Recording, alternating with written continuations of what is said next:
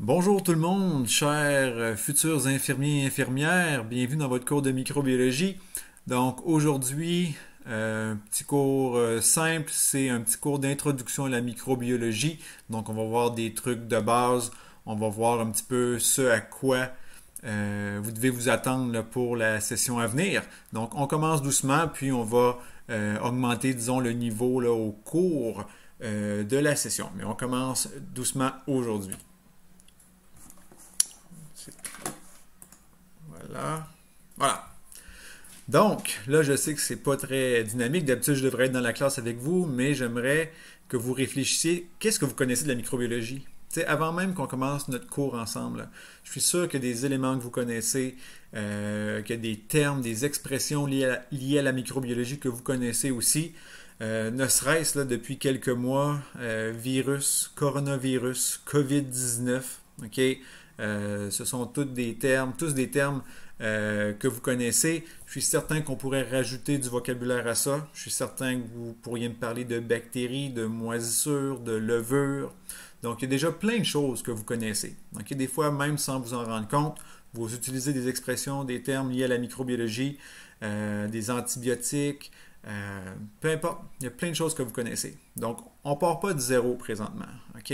On va juste enrichir ces connaissances-là, puis les mettre vraiment dans un contexte de soins infirmiers, donc dans un milieu soit hospitalier ou par exemple des interactions avec vos patients ou quoi que ce soit. Donc on va tout mettre ça ensemble, mais vous savez déjà plusieurs choses, j'en suis certain. Puis pourquoi un cours de micro en soins infirmiers? OK? C'est sûr, OK, la profession d'infirmier, d'infirmière, ça peut être très vaste. Vous pouvez travailler en chirurgie, vous pouvez travailler aux urgences, soins à domicile, dans CHSLD, peu importe. Il y a plein d'options. Mais peu importe où vous allez travailler, les notions que vous allez acquérir dans un cours de microbiologie sont importantes partout. OK? Parfois, votre patient va avoir une infection, OK? Une infection virale, une infection bactérienne, donc il faudra savoir qu'est-ce qui affecte votre patient, comment est-ce que ça peut être transmis d'un patient à l'autre ou peut-être même à vous. OK? Il faut savoir ça. Par exemple, le coronavirus. OK? Au début, on pensait que c'était juste les gouttelettes qui étaient son mode de transmission, puis peut-être le contact avec les doigts aussi, mais là, on s'est rendu compte que c'était peut-être même aussi les aérosols. Donc, il faut savoir ces choses-là. Euh, Si vous travaillez par exemple en chirurgie, peut-être que la personne, je sais pas moi, c'est une opération au genou, ok, mais il faut quand même travailler dans un environnement stérile, avoir des notions d'asepsie, ok, pour éviter de contaminer le patient. Si le patient a une infection au niveau du sang, comme une hépatite ou le VIH, puis on fait une opération chez ce patient-là, ben, il faut vous protéger vous aussi. Donc, par le port de lunettes, de visières, de gants, de masques, okay? Une blouse. Donc, il y a plein de façons de se protéger. Donc, tout ça, c'est de la microbiologie. Okay? Et si moi, je vais prendre un exemple qui est peut-être un petit peu plus personnel, si vous regardez l'image qui est ici, ben, c'est pas n'importe quel bébé que j'ai mis là. C'est mon plus grand garçon, OK, qui a maintenant 13 ans. Donc, je vous rassure tout de suite, il va très bien, il est en parfaite santé. Mais à 5 semaines, donc c'est Jonathan qui est là, à 5 semaines, Jonathan a fait une bronchiolite. C'est quoi une bronchiolite? Ben, c'est une infection virale qui a affecté ses poumons et qui a diminué de beaucoup le taux d'oxygène dans son sang. Donc, c'était très inquiétant, mais heureusement, ben, il y a des gens comme vous, okay, des infirmiers, des infirmières, des inhalothérapeutes qui ont pris soin de lui. Okay? Puis moi, avec mon œil de microbiologiste et de prof de cégep, ben, je regardais un petit peu si les personnes qui s'occupaient de mon fils faisaient bien les choses et j'ai été très heureux, très bien servi. En fait, mon fils a été très bien servi par toutes les personnes qui sont venues le voir. Donc, se laver les mains en arrivant, faire les divers soins à Jonathan, puis après ça, se relaver les mains, enlever la jaquette. Donc, il y avait plein d'étapes à suivre, puis tout le personnel qui s'était présenté avait bien fait les choses. Donc, c'est bien de voir ça, mais c'est des choses que vous devrez mettre en pratique à tous les jours, OK? Pour bien servir vos patients, puis éviter qu'il y ait des contaminations, qu'il y ait des complications. Donc, le cours de soins, de microbiologie en soins, c'est important. Je ne fais pas juste dire ça pour justifier ma job, mais c'est quelque chose d'important dans votre formation. Donc, l'importance de la microbiologie dans votre futur métier, ben, je me répète un petit peu, c'est un petit peu le même principe. OK? Le cours de microbiologie est important parce que c'est important plus tard dans votre métier. OK? Donc, il faut encore une fois connaître toutes les mesures d'asepsie, comment éviter de contaminer nos patients, comprendre les infections que nos patients ont.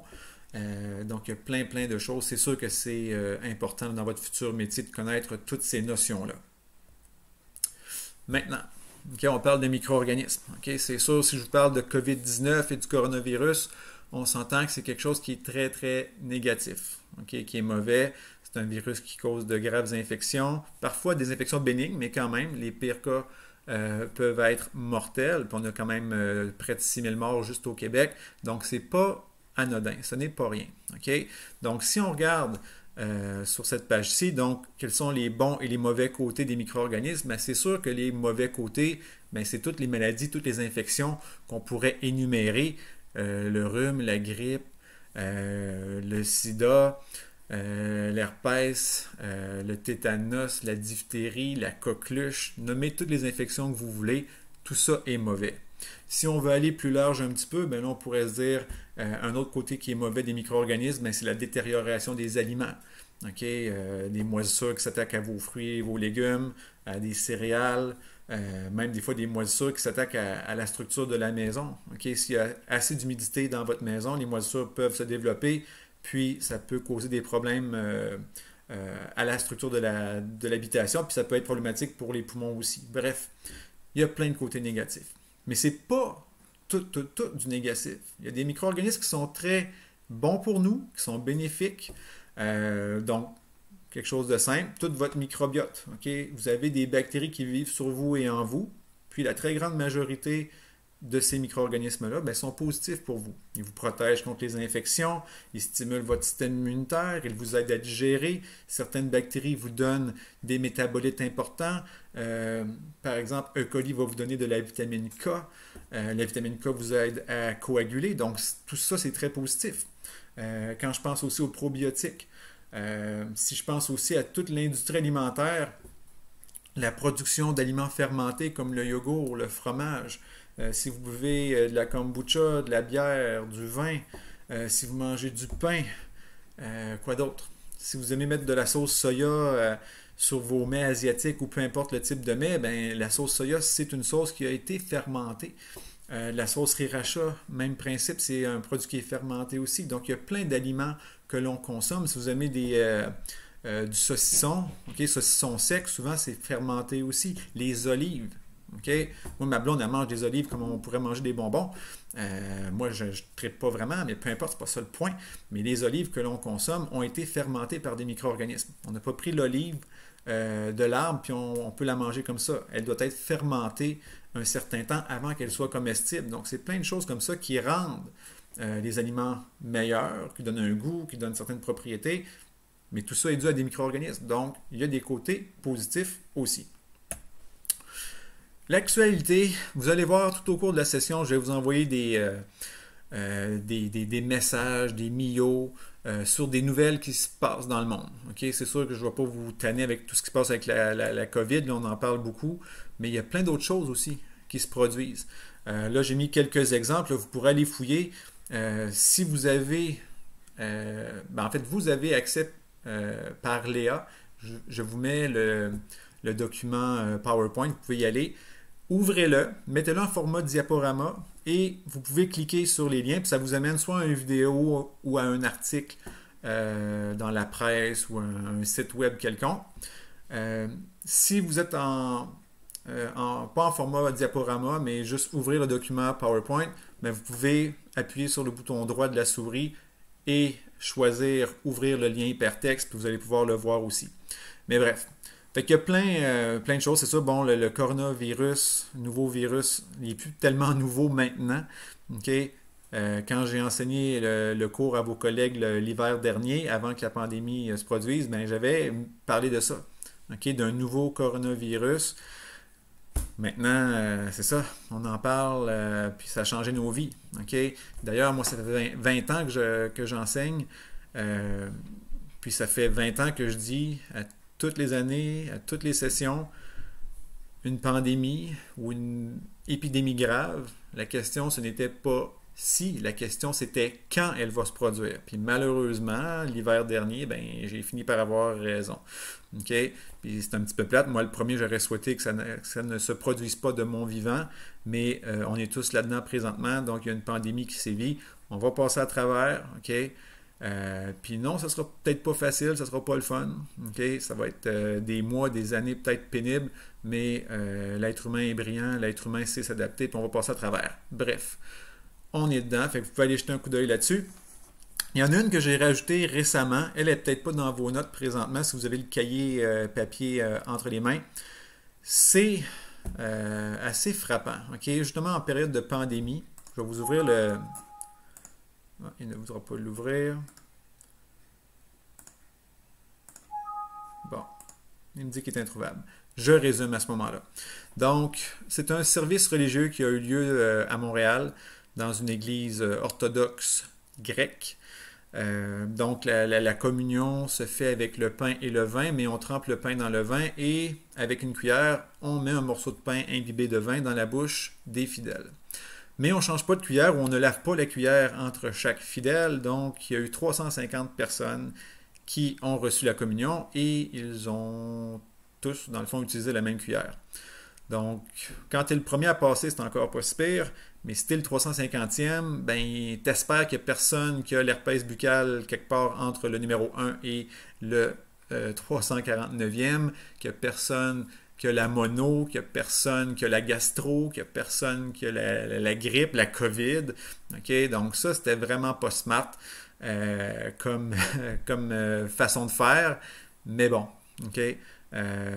J'imagine que c'est des choses qu'ils font depuis des années, puis ils n'ont pas changé leurs habitudes, mais quand même, okay, il y a sûrement eu des gens qui ont été malades pour autre chose que la COVID par le passé, et là, c'est juste qu'on a probablement, ou en tout cas, j'espère qu'il n'y a pas eu de cas de COVID, mais ça aurait été une façon assez spectaculaire de transmettre l'infection à des dizaines, voire même des centaines de personnes.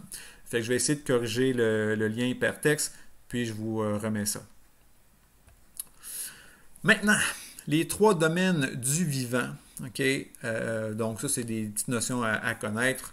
Le premier, on le voit ici, le domaine des archéobactéries. Donc vous pouvez écrire sur les lignes qui sont là. Les archéobactéries, ce qui est le fun avec ce groupe-là, c'est que ça ne nous concerne pas pour soins infirmiers. Pourquoi? Parce qu'il n'y a pas de bactéries ou d'archéobactéries pathogènes pour l'humain.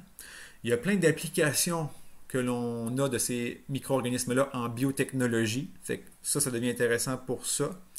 Mais pour soins infirmiers comme tel, donc sachez que ça existe, sachez que c'est un groupe ou un domaine du vivant. En fait, ce sont des bactéries qui n'ont pas de peptidoglycane. J'expliquerai le peptidoglycane dans quelques semaines. Mais bon, on sait que ça existe. L'autre domaine des bactéries, donc votre deuxième ligne, vous pouvez écrire domaine des bactéries. Donc, ce groupe-là, on va en parler amplement cette session. C'est un groupe de micro-organismes importants. Il y a beaucoup de bactéries. En fait, il y a plus de bactéries qui sont bonnes pour nous ou de bactéries qui sont tout simplement neutres. Donc, ils ne nous font pas de bien puis ils ne nous font pas de tort. Ils sont juste là.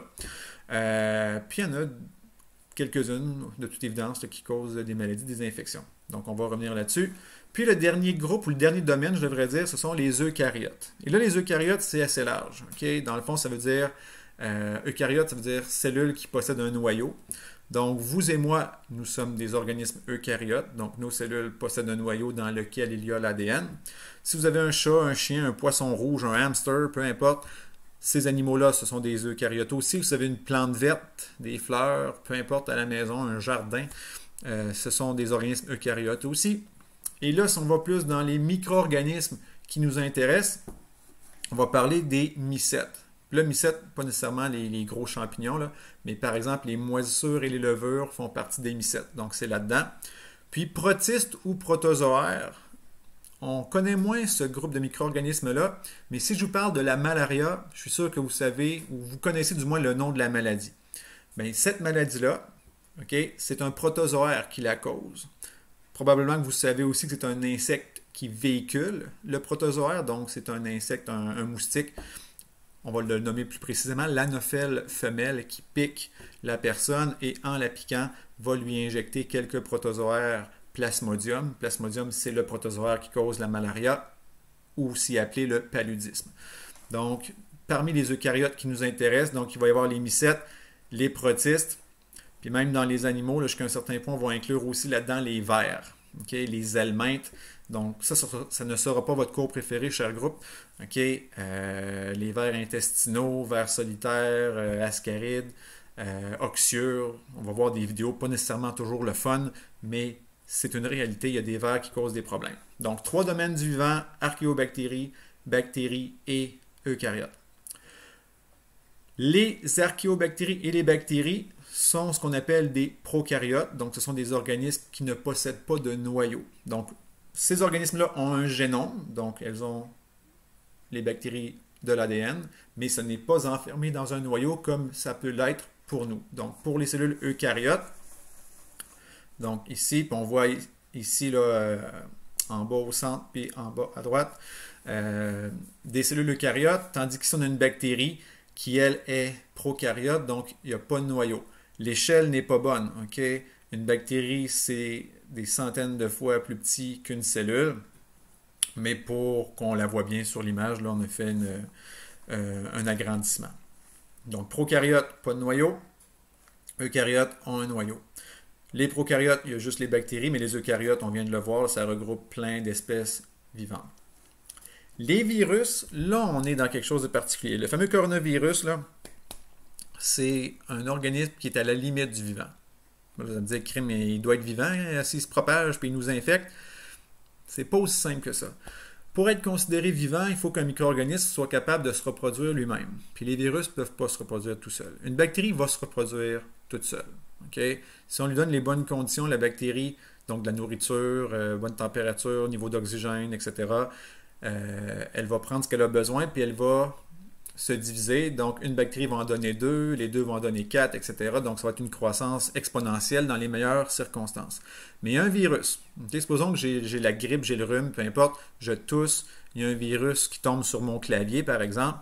Ben, si ce virus-là demeure en place pendant des heures, des jours, des semaines, ben, il ne va pas se multiplier, il ne va pas faire des bébés virus tout seul. Okay? Donc, c'est pour ça qu'on dit que les virus sont à la limite du vivant. Ils dépendent de leur hôte. Donc, par exemple, moi, je pourrais être un autre pour la grippe, la COVID, le rhume. Et une fois entré en moi, le virus va prendre ma machinerie cellulaire à moi, dans mes cellules, et va fabriquer des bébés virus. Okay? Donc, c'est pour ça qu'on dit que le virus n'est pas nécessairement vivant, parce qu'il n'est pas autonome dans sa reproduction.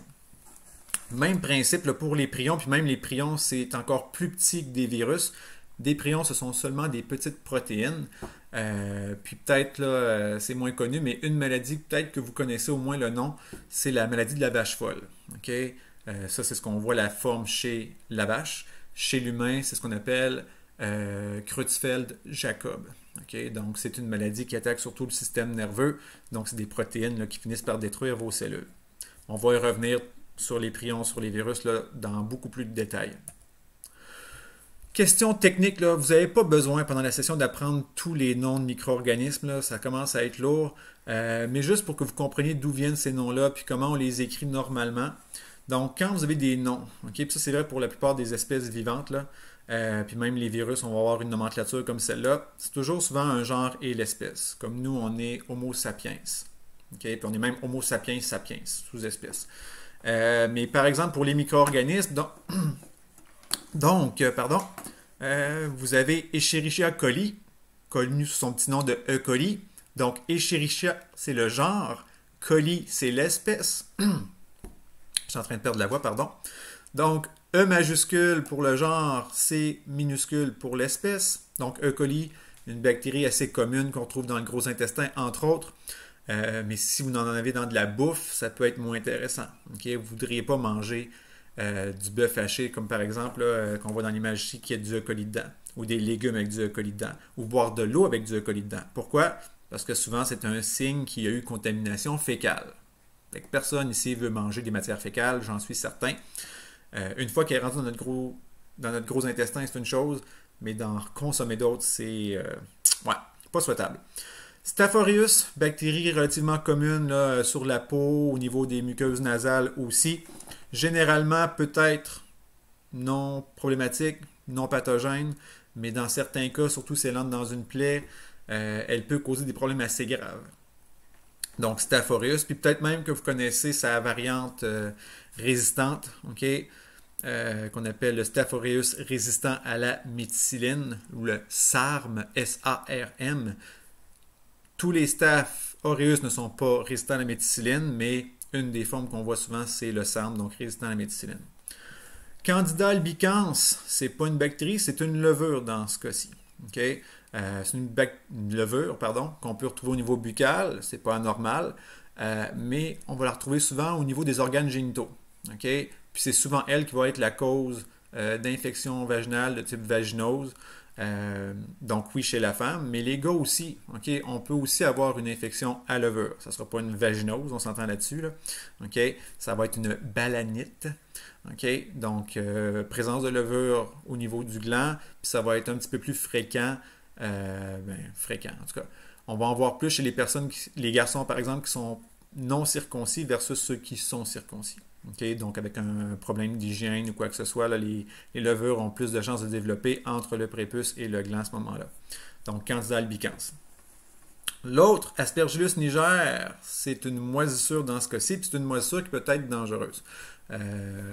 Aspirée au niveau pulmonaire, elle peut causer beaucoup de dégâts. Mais bref, l'idée pour cette diapo-là, c'est de voir que ce soit une bactérie, levure ou moisissure. L'orthographe va toujours avoir un petit peu le même aspect. Donc, lettre majuscule pour le genre, lettre minuscule pour l'espèce. Parfois, on va avoir ce qu'on appelle des sérotypes. Donc, E. coli, normalement, c'est une bactérie qui n'est pas très dangereuse pour l'être humain. Mais si on a la variante O157H7, cette bactérie E. coli-là, elle cause ce qu'on appelle la maladie du hamburger. Elle va entraîner des diarrhées sanglantes, hémorragiques, qui peuvent être problématiques, dangereuses. Et on va la retrouver beaucoup dans le bœuf haché, justement.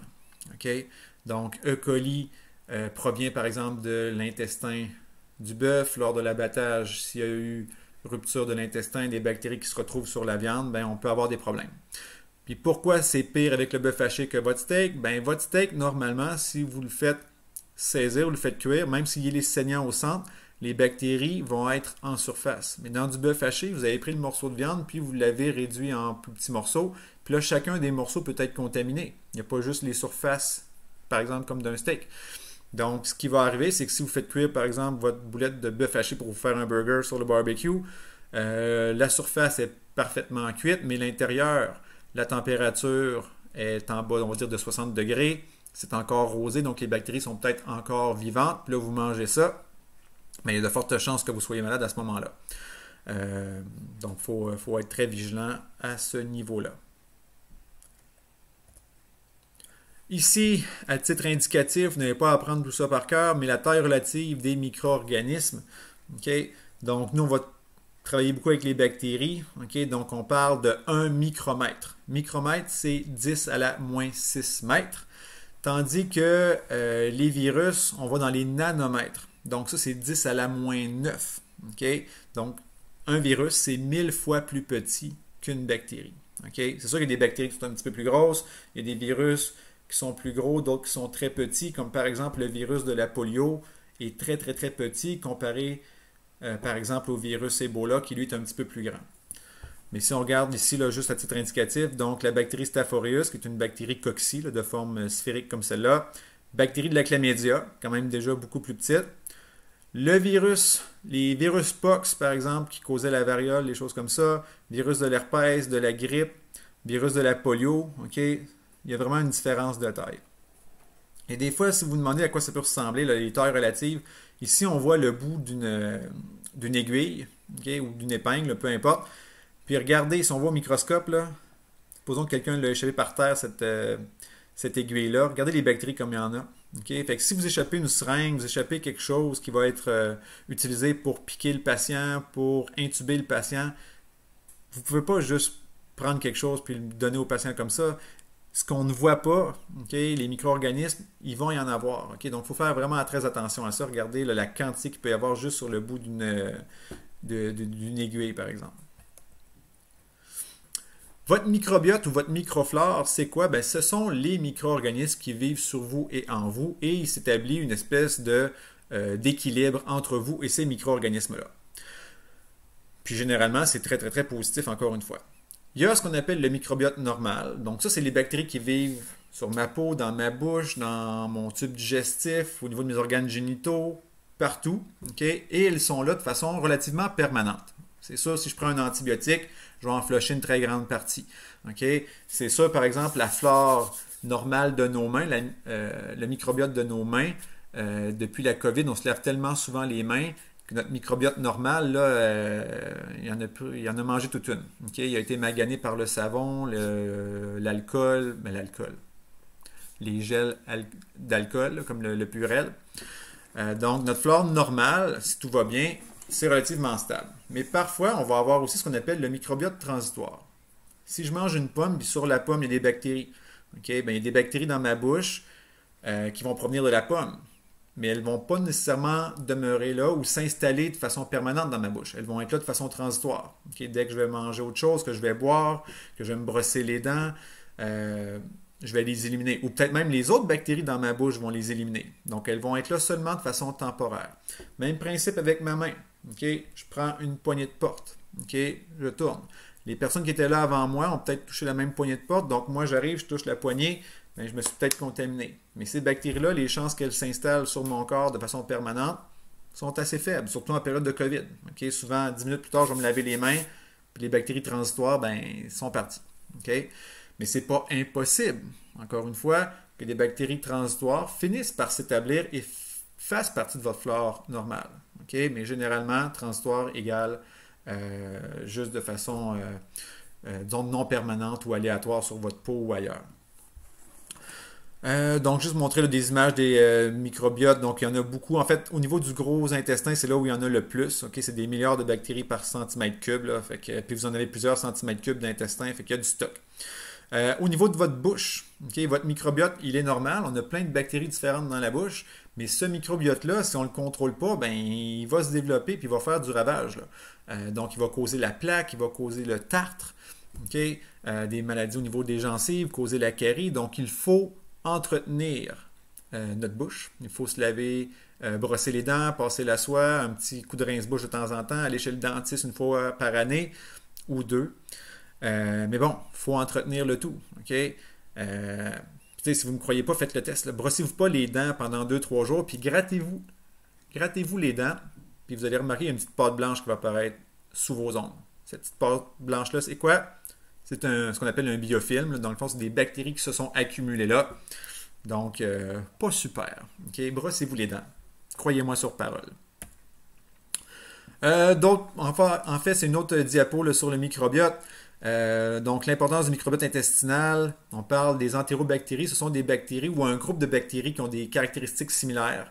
Donc, qui ont des formes de bâtonnets, souvent gram négatifs. Là, on va expliquer ça plus tard. L'exemple, s'il y en a... Je sais que quand vous avez des notes de cours et des notes trouées, ça vous fatigue. Là. Vous pouvez écrire E. coli là-dedans, ça va être parfait, là, qui est une entérobactérie. Donc, notre microbiote digestif, il est tellement important qu'il y a de la recherche maintenant qui se fait pour vérifier ou valider l'incidence de ce microbiote-là sur d'autres fonctions de notre corps. Par exemple, au niveau de notre cerveau, on réalise qu'il y a peut-être une corrélation entre certains microbiotes et la possibilité que la personne développe plus tard l'Alzheimer. Donc, imaginez si par exemple, vous, dans votre tube digestif, vous avez des bactéries A, B et C, puis que ces bactéries-là, c'est une mauvaise combinaison et ça vous donne plus de chances de développer l'Alzheimer plus tard.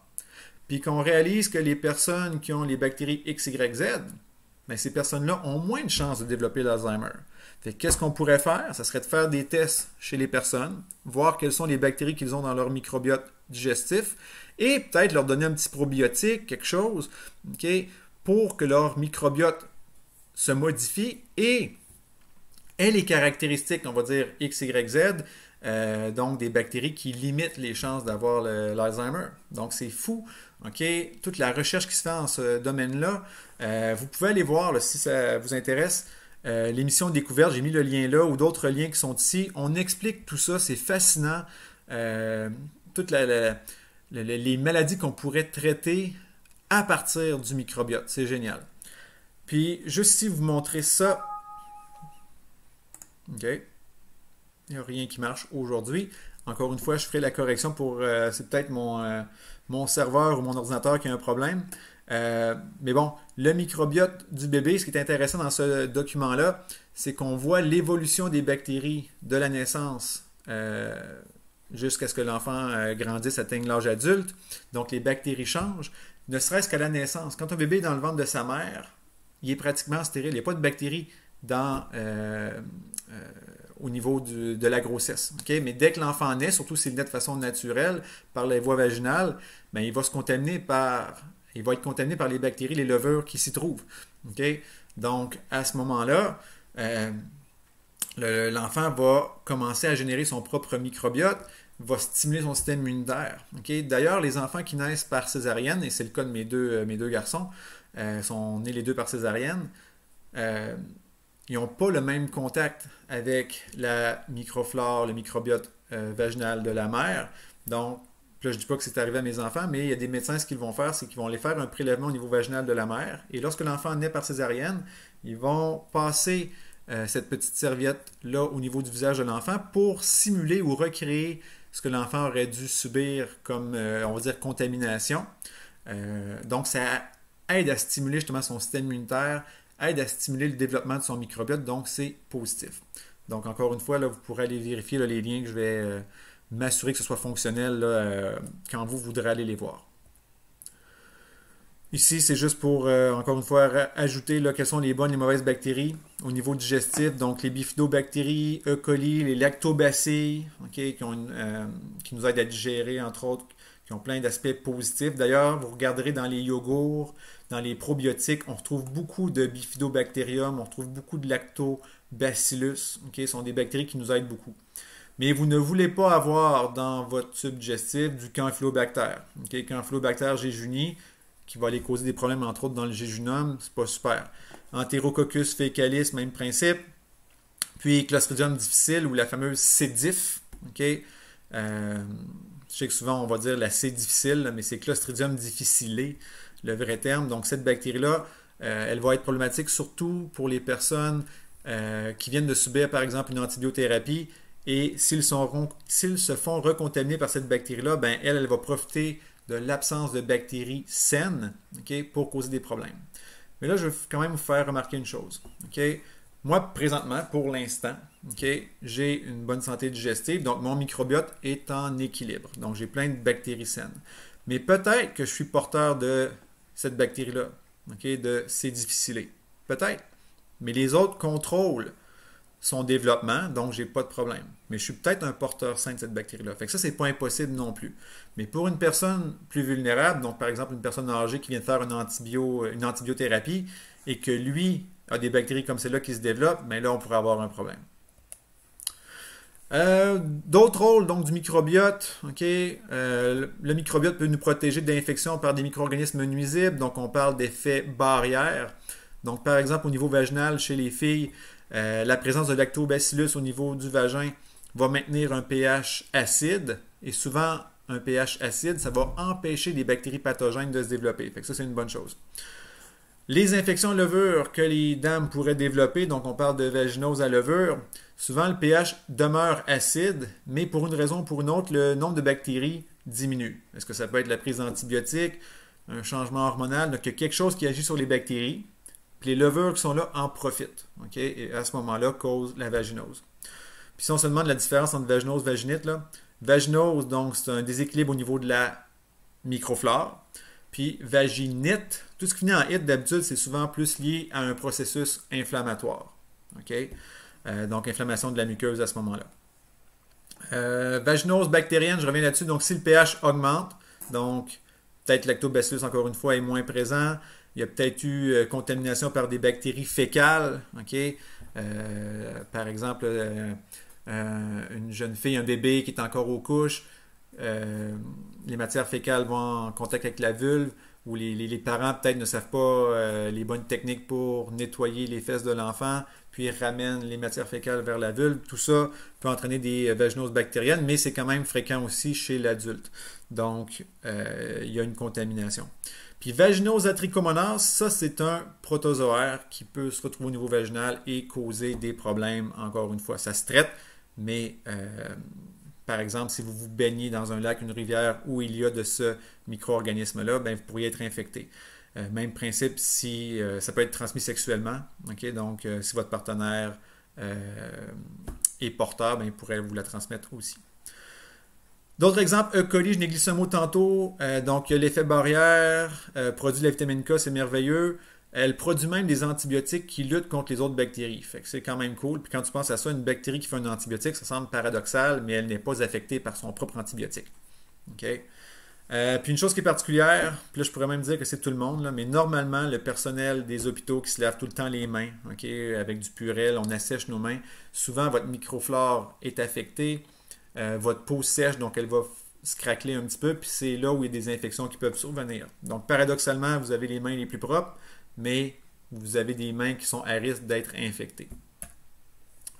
Maintenant, l'origine des agents pathogènes, d'où ça vient, donc origine endogène ou exogène. Donc, origine endogène, donc lorsqu'un micro-organisme déjà présent à l'état inoffensif agresse le corps au cours de situations fortuites. Donc, par exemple, une vaginose, la levure est déjà présente en vous. Okay? Donc, ça n'arrive pas miraculeusement, ça ne tombe pas du ciel. Okay? Les levures sont là, sont en petit nombre, okay? Mais pour une raison ou pour une autre, elles vont se développer de façon anormale. Donc là, c'est endogène, c'était déjà en vous, puis là, ça cause un problème. Infection d'une plaie par des bactéries de la peau. Problème au niveau des gencives. Okay? Les bactéries sont déjà présentes dans votre bouche. Puis là, vous avez une blessure au niveau de la gencive, vous perdez une dent, les bactéries causent des problèmes, c'est endogène, c'est déjà en vous. Mais exogène, c'est tout ce qui provient de l'extérieur. Okay? Un rhume, la grippe, la COVID-19, toutes les ITSS. Je ne peux pas aller voir ma blonde et dire « Chérie, j'ai attrapé une gonorrhée, puis c'était déjà en moi, c'est endogène. » Non, non, non. Okay? Si votre blonde, votre chum croit ça, il y a un peu de naïveté là-dedans. Les ITSS, c'est sûr que ça vient de l'extérieur. Okay? Donc, c'est transmis par d'autres personnes, par l'environnement, mais ça vient de l'extérieur. Infection nosocomiale, j'imagine que vous savez ce que c'est, donc des infections que l'on contracte à l'hôpital. Donc, des exemples, on pourrait avoir le Staph aureus résistant à la méticilline, dont le SARM, les entérocoques résistants à la vancomycine, donc le ARV.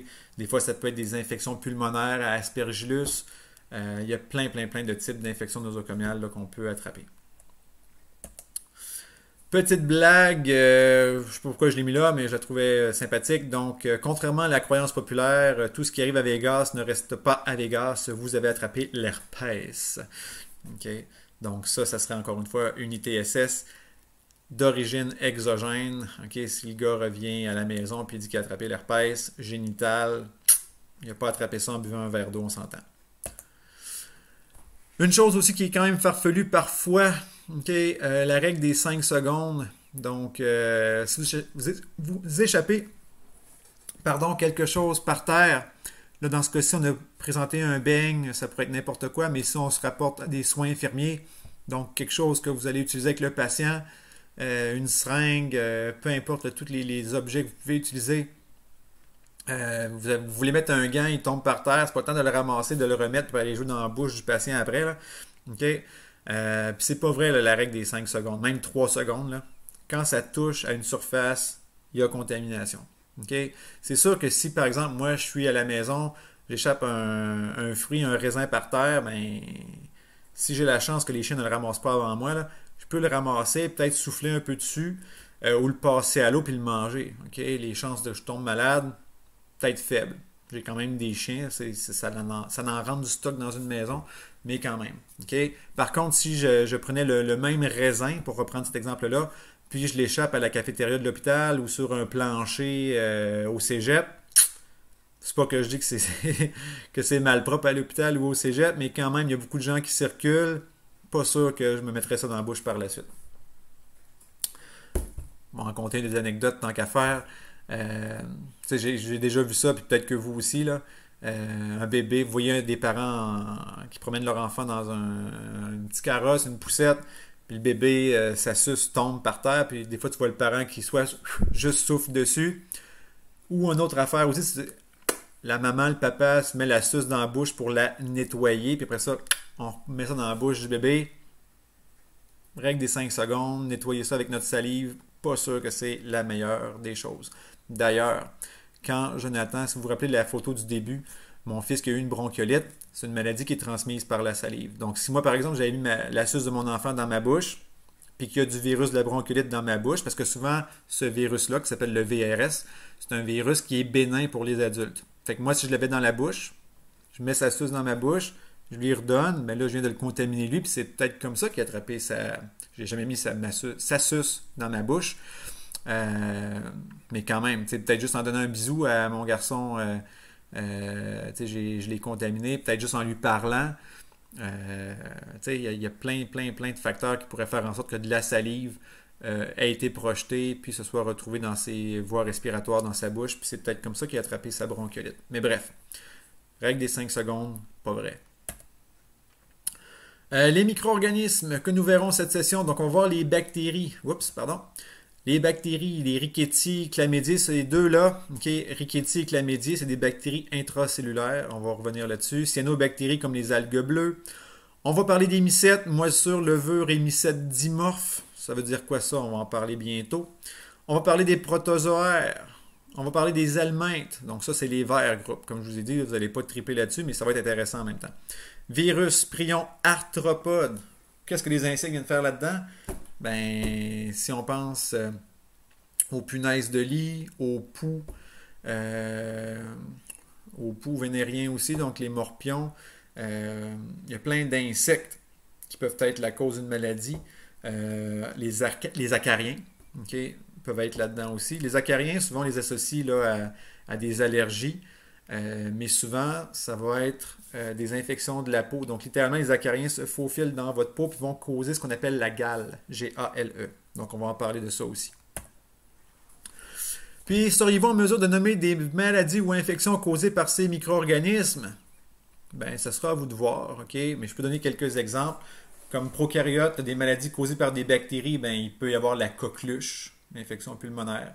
On peut avoir la diphtérie, on peut avoir la salmonellose, on peut avoir des infections à staphylocoque sur la peau, on peut avoir la mangeuse de chair qui est due à un streptocoque, la carie dentaire est due à des bactéries, donc il y a plein d'infections bactériennes. Mycètes, ben là vous avez toutes les infections à levure, vaginose, balanite. Balanite, c'est la version masculine de la vaginite. Ce qu'on appelle aussi le muguet, donc infection au niveau buccal par des levures, des aspergilloses au niveau pulmonaire, le pied d'athlète, ce sont des mycètes qui causent ça. Protozoaires, vous avez la maladie du sommeil, vous avez la malaria ou paludisme, vous avez la beaver fever, ça c'est quand même cool comme nom. C'est une infection qu'on a ici, ce qu'on appelle la jardiase, son vrai nom, mais je préfère beaver fever. Les helminthes, vous avez les vers solitaires, les oxyures, la bilariose, qui est une maladie causée par des vers aussi. Il y en a plein. L'éléphantiasis, donc vous avez peut-être déjà vu les gens qui ont des super gros jambes parce que les vers bloquent les vaisseaux lymphatiques. Bref. Virus, mais là tout le monde en cœur, on écrit COVID-19. Virus, on a aussi le rhume, la grippe, certaines gastro qui sont virales, l'herpès buccal, génital, le VIH qui cause le sida, Ebola, les fièvres hémorragiques, il y a plein d'exemples, puis on va en voir plein d'exemples aussi. Pour les prions, il y a la vache folle, ce qu'on appelle Creutzfeldt-Jakob, écrivez juste CJ, parce que Creutzfeldt-Jakob, c'est compliqué à écrire. Il y a le kourou, K-U-R-U, qui est une maladie à prion, puis ça, je garde le scoop pour plus tard, pour vous expliquer ce que c'est quand même un peu étrange comme maladie. Puis les arthropodes, on en a parlé, là, les poux, les punaises de lit, etc., les acariens, causent des maladies. Ça termine le chapitre pour aujourd'hui, et à la fin de chaque chapitre, vous allez voir, il y a deux types de diapos. Il y a une diapo qui s'appelle le glossaire. Puis le glossaire, ce sont les termes, comme amibes, bactéries, bactériophages, etc., qu'on a vus dans le cours. En fait, bactériophage, je ne suis pas sûr qu'on en a parlé beaucoup aujourd'hui, mais peu importe. Donc, ce sont des termes que vous devez posséder et comprendre en prévision des examens. On va revenir sur bactériophage, faites-vous-en pas. Donc, l'idée, puis si vous avez dans vous allez dans votre cahier. Ok? À la fin, il y a une section qui s'appelle glossaire. C'est juste plein de pages, ok, avec le terme, puis des lignes vides à côté. L'idée de ça, c'est que vous devez aller écrire une définition en vos mots de ce que sont les amibes, les bactéries, etc. Okay? C'est sûr que ça serait facile puis d'aller sur Wikipédia, sur le web, dans un manuel de référence, dans le dictionnaire, puis juste recopier la définition comme telle. Mais si vous l'expliquez en vos mots et vous l'écrivez comme ça, ben ça va être encore plus facile pour vous parce que ça va vous démontrer que vous avez compris. Moi, je ne vais pas corriger le glossaire avec vous. Ça ne compte pas non plus. Okay? C'est un outil d'étude pour vous. Fait que moi, je vous encourage à le faire. Je peux vous aider à le compléter si vous avez de la difficulté, mais venez pas me voir ou envoyez-moi pas un mio ou un courriel pour me dire « Hey Pat, pourrais-tu me donner la définition de eucaryote, helminthe, levure et microbiote? » Non, fouillez un peu. Mais si vous me dites « Hey Pat, j'ai pas trouvé ce que c'est plate-helminthe », ben là, je vais vous aider, c'est sûr. Okay? Mais c'est vraiment un outil d'étude pour vous. À la fin des chapitres aussi, il y a une diapo qui s'appelle « Renforcement des acquis ». Donc souvent, ça va être des questions de pratique, puis des fois, c'est des questions même que je pourrais prendre et copier-coller dans un examen. Donc ça peut être intéressant pour vous de les pratiquer. Je vais mettre des vidéos de renforcement, donc qui ajoutent à votre formation. Dans ce cas-ci, il est très bien fait, cette vidéo-là. Il est en anglais, je m'en excuse, mais c'est quand même bien fait. Et j'ai mis des lectures suggérées, okay, dans des manuels de référence de microbiologie. Donc, dans le Fauché et dans le Tortora, les références complètes de ces manuels-là sont dans votre plan de cours. Donc, si vous avez accès à ce manuel-là, vous pouvez l'emprunter à la bibliothèque ou si vous le trouvez, je ne sais pas moi, usagé ou même vous pouvez l'acheter neuf, là, rien qui vous empêche de l'acheter neuf. Mais ce sont d'excellents ouvrages de référence. Donc, si vous avez quelques sous à dépenser, ça va vous aider à réussir, j'en suis convaincu. Puis une petite dernière, celle-là n'est pas toujours présente à la fin de chaque chapitre, mais pour le début. Faites juste le tour, okay, de vos amis, de votre famille, votre chum, votre blonde, vos parents, okay, frères, sœurs, collègues de travail. Tu sais, juste jaser avec eux. Okay? Souvent, on connaît le mot bactérie, on connaît le mot virus, mais est-ce que les gens sont vraiment capables ou aptes à vous expliquer la différence entre les deux? Ou est-ce que les gens sont capables de vous dire est-ce que telle maladie est causée par une bactérie ou un virus? Souvent, c'est pas si évident que ça. Fait que c'est juste pour vous faire prendre conscience, ok, que oui, des fois, on utilise des termes virus, bactéries, nanana, mais on n'est pas nécessairement sûr de ce que c'est, ok? Et ça, je veux que vous preniez conscience de ça parce qu'un de vos rôles en tant qu'infirmière, si un de vos patients est malade ou quoi que ce soit, bien, ça va peut-être être d'expliquer à la famille ce à quoi ils doivent faire attention, comment le virus ou la bactérie se propage. Donc, il faut posséder ces informations-là parce que la grande majorité des gens, c'est correct, là, okay, n'ont pas nécessairement étudié dans le domaine, fait qu'il faut que vous soyez capable de leur expliquer. Voilà. Donc, si vous avez des questions sur ce chapitre-là, chapitre d'introduction, gênez-vous pas et bonne fin de journée.